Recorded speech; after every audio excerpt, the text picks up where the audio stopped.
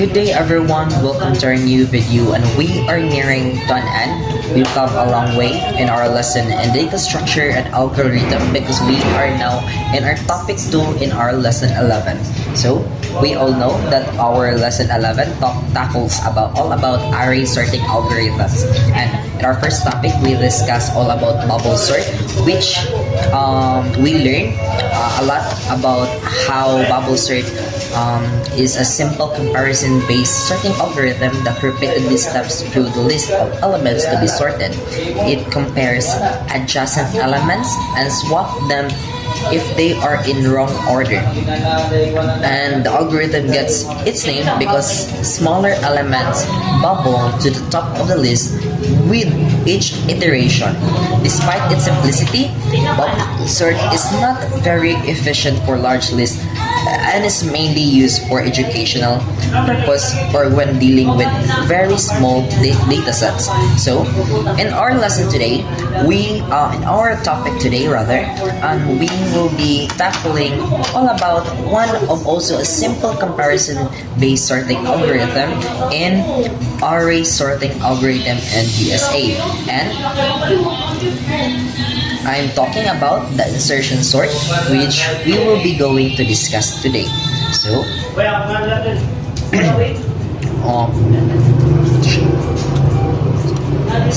insertion sort.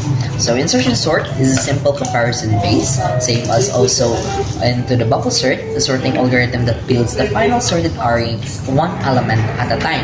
So it takes elements from the unsorted portion to the array and insert them into the correct position within the sorted portion of the array.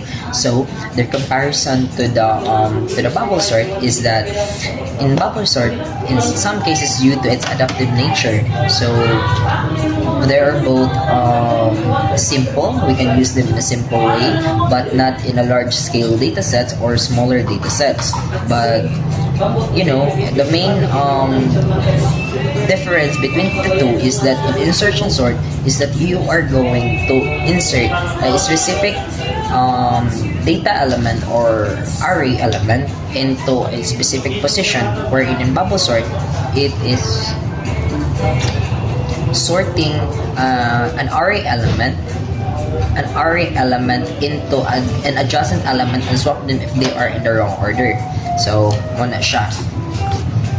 So today we'll be tackling how insertion sort really works. So insertion sort works in this. We'll discuss it to you in this sa visualization nito. So we assume that we have an array element of 7, 12, 9, 11, 3. So to easily understand, so before we are going to dive in sa how we'll be able to apply insertion sort in our C programming, we will be having a manual run through of our insertion sort algorithm. So we assume in our insertion sort algorithm we have an array of 7, 12, 9, 11, and 3. So how does insertion sort here matters? So we believe that we are going to arrange these array elements in the smallest one to the highest one. So first, we have the first element of 7, and the next to 7 is 12. So in step 2, we are highlighting the first element is 7, and step 3, we are going to compare the second element, which is the number 12, to the number 7. So we notice that 7 is 12 is higher than 7, which is exactly in the correct position.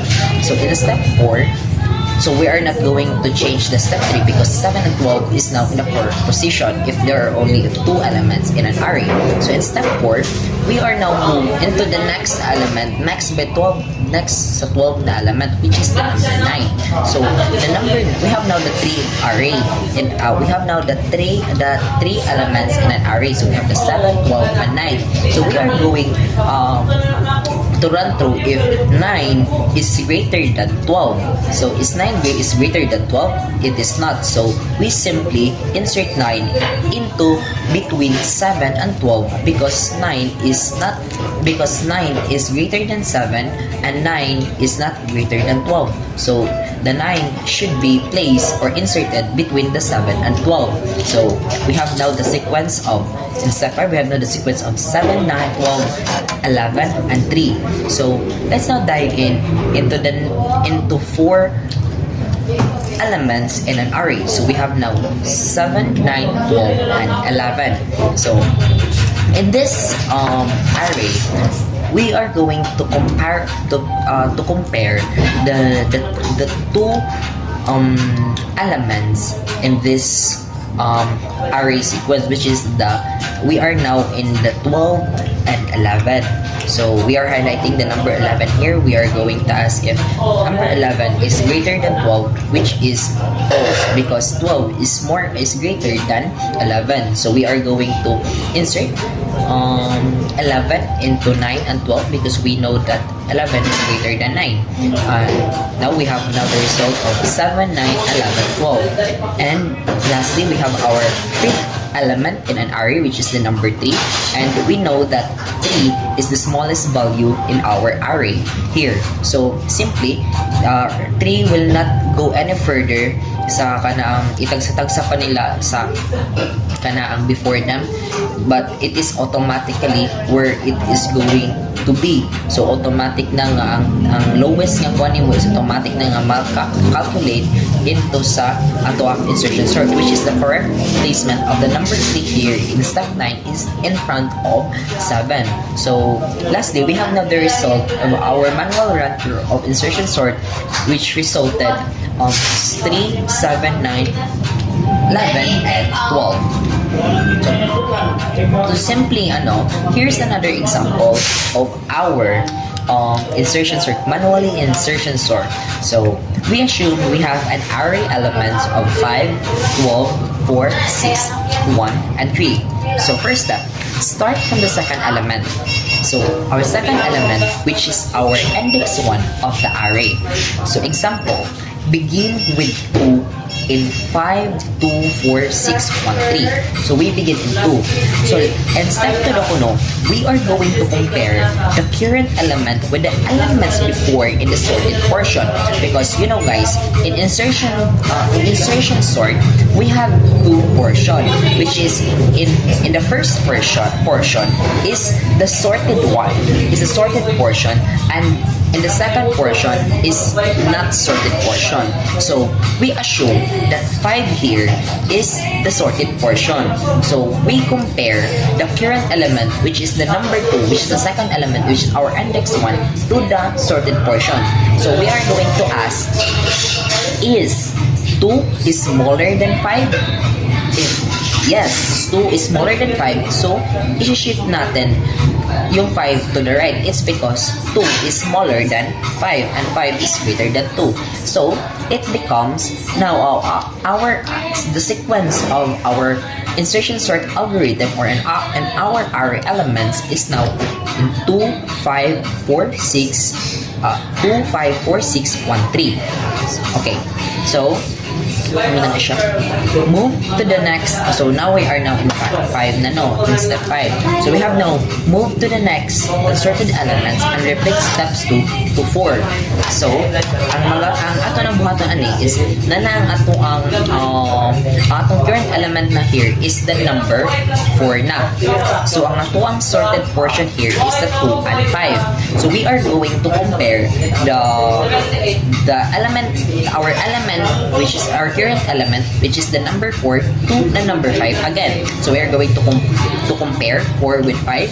So we are aware that 4 is 5 is greater than 4. So 5 is shifted again to the right and insert 4 into its right place, which is in between the 2 and the 5 because it is where it belongs. It is where it belongs. So we have now the sequence of 2, 4, and 5. So we are going to still continue this process until all elements are the correct positions. For 6, So we are now in our current element, which is the number 6 in an array, and we are going to compare again the 6 and the 5.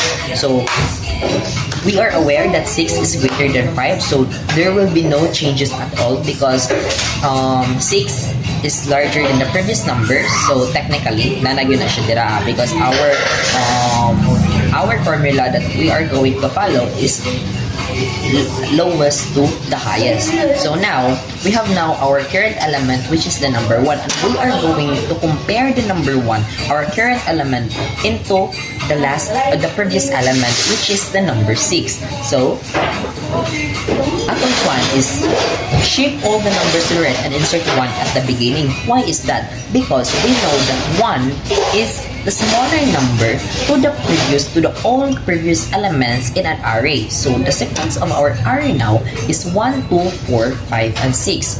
And now, for our last step is we will remove na atong nahabilin na lang is one array element, and that is our current element, which is the number 3. So what we are going to do is that we are going to still compare the number 3 into its previous element. So we are aware that 3 is smaller than 6, and 3 is smaller than 4, and 3 is higher than 2. So as our topic talks about insertion sort, we are going to insert 3 automatically into between the number 2 and the number 4. Our current element will be inserted to the second element and to our third element. So the sequence now of our array element is which is our final sorted array element is 1, 2, 3, 4, 5, and 6. So I hope that everyone understand how insertion sort works manually through. At this point, we will now come into the insertion and implementation. Since that we are done to discuss how insertion sort run through manually, or how we already discussed insertion sorting manually sorting of insertion sort. So right now, I am going to discuss to you the insertion sort implementation in the C programming language. So I have here one of a good example, a code example of the implementation of the insertion sort. So this is the example of our code, but to express it or to discuss it, we will be moving to another website to discuss it to you since now. So as you can see, we have now a code, a block codes here, which this results now. Here, our function here is we are going to sort a number. So we have an example number here as 64. This one, 64, 34, 25. 12, 22, 11, and 90. So, we are going, in this array elements, we are going to apply insertion sort, which we are all aware that in insertion sort, we are sorting from the smallest number or from the smallest value into the highest value or to the greater one. So, here, so first is ito ang code. We have now the standard library, no? Our standard library here, which it talks or it will our library. Then next is our function block, which is the void insertion int, which is our line number 3, and further into our outer loop block in traversing our array element. That's for 4 and I is equals 1 and I is greater than n and I plus plus, and of course our k and index element here in our element number 5. Let's also move into the code blocks sa to ang number na sa line ato na line number 9, which is our while loop blocking or the shifting elements, which this blocks checks if elements in the sorted part are greater than the k elements. So if they are, those elements are shifted one position to the right to make space for the key element. So this this code block continues until the correct position for the k is found. Then we have here also the line of array, which is this block insert the k into its correct position in the sorted part of the array. So mainly we have our main function here, or our main function block, which is this one, where we are defining the content of our array element, which is the 64, 34, 25, 12, 22, 11, and 90. Then and also here our array initialization block. Muna ni siya diri mo to akong iingon sa inyo ha. The size of array, the size of, and also our display original array block. So diri ang atong display array block, this prints all elements of the array before sorting. So kani siya nga part, kani siyang line number 21 na to 24. So iya pa i-display ang mga array elements na to nga wala pa siya, dili pa siya sorted. So sa ato ang kuan, sa function block na to, na natay insertion sort, which is ang result na nato kaning sa display sorted array block na to, is iyahan ng i-print ang array nga sorted na. So technically ang ato ang result ani, which is ang atong output, we have now the output of the original array, which is the 64, 34, 25, 12, 22, 11, and 90.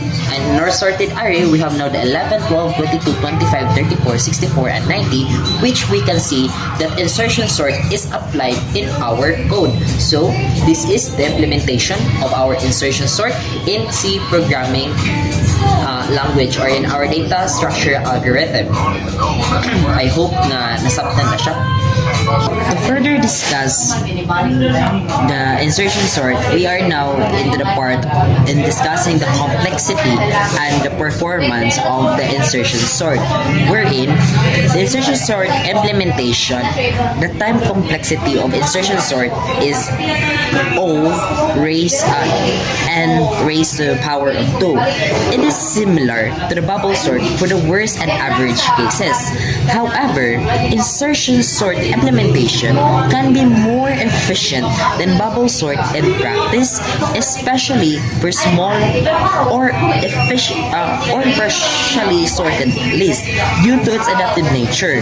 It also has a space complexity of 0 or 1, since it only requires a constant amount of additional space for temporary variables.